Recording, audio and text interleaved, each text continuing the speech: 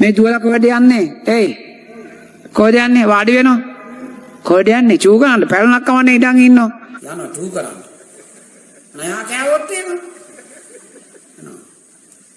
Mutton ගත්තා. නාඩගම්. මේ අම්මන්ඩිලා මේ මගේ CD දාලා පොඩි උන්ට බත් කවවනවා. ඉතින් පාර දෙකම මට වරවනවා. අරක යනවා කියලා. මම මොකද පොඩි උන් මට වරවන්නේ. එහෙම කරන්න එපා. පව් ඒක හොඳ නෑ. ඒපා ශාසන කරුත්තේ තියෙන්න ඕන. මේ පන්සලේ කටන පින්කම කරනවාද?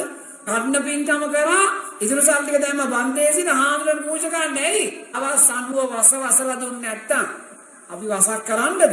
වස් පින්කම කරන උපාසකම්මලගෙන් අහන්නකො. කෙවල් ගාන යනවා සල්ලි එකතු කරන්න. එකතු කරලා දෙන්න එපා. රුපියල් 50ක් දීලා 1000ක බයින තොපි ඉඳයි දෙන්නේ මේ 50ව. පන්සලේ කා ඉඳ නෙමෙයි. ඉතින් උපාසකම්ම වසලා තියෙන්නේ බලන් ගියාම. කාට කියන්නද මේවා? දැන් සන්තෝෂෙන් ඉන්න.